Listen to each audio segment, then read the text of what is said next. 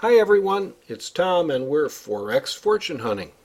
In this short video we're going to discuss what happened after the Bank of Australia's interest rate announcement from June 7th, where they kept interest rates the same at 2%. The Reserve Bank of Australia gives this opinion each month, and so we followed that announcement with interest as we approached the time for it at 12:30 Eastern last night. As we were in our room, we discussed it, and I'd like to review how it all turned out. First of all, here we were at our 7:30 start time, and we could see that we broke down through a chandelier. We did have a pullback into the bands and up a lift here with our two green histogram bars. We never were able to breach the 45.55, so this was a nice trade entry exactly for us as our room began, and in fact that one was good for 15 pips. It wasn't magnificent, but it wasn't bad. And so we watched as the room progressed in time. We came down and tested the low again and then bounced. We came back up on the 5-minute chart. We were testing the chandelier to the upside. As our room finished up, this was the consolidation period we were witnessing.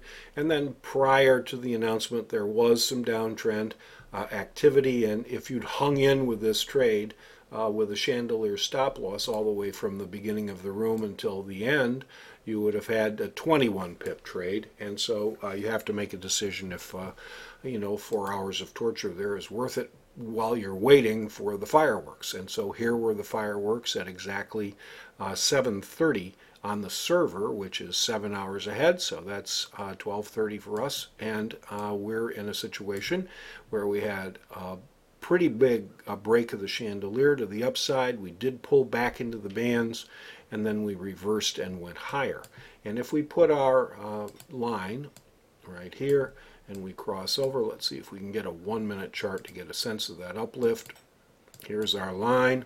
There was quite a lot of volatility here, but as we moved further, we could see that we did have an uplift. The expectation was that price would go higher on the Australian dollar versus the US dollar if the interest rates were maintained, or especially if they were lifted. And so in this particular case, we did have a reasonable entry, and we had a 19 or 20 pip run to the top of the move, and probably we were only risking on the order of 5 or 6 pips. So the problem came, however, when we noticed that, oh my gracious, 20 or 30 pips for a move when interest rates are part of the actual decision is not very big at all. And in fact, we begin to be suspicious of it holding when we see this kind of consolidation. And clearly, as we don't see any uplift here in our 5-minute chart, and we come down and take out the chandelier right after the London open, we can see that now we have a significant move to the downside. Whatever could have caused it? Well, at that point we would have had plenty of time, because the Governor Glenn Stevens put out the minutes of the meeting, and there's one specific quote that was in the press. The Australian dollar has declined noticeably against a rising US dollar over the last year, though less so against a basket of currencies like the New Zealand dollar, for example, which we've watched. Further depreciation seems both likely and necessary, particularly given significant declines in key commodity prices. And we also discussed the chaos in China at the present moment in time. So in fact, this move can be considered sort of a failure on the upside. It was 20 pips, nothing to sneeze about, but still, when we see this kind of reversal, and it's based on our bias now that's well developed with notes from the board saying the bank doesn't even think the Australian dollar should or will go up.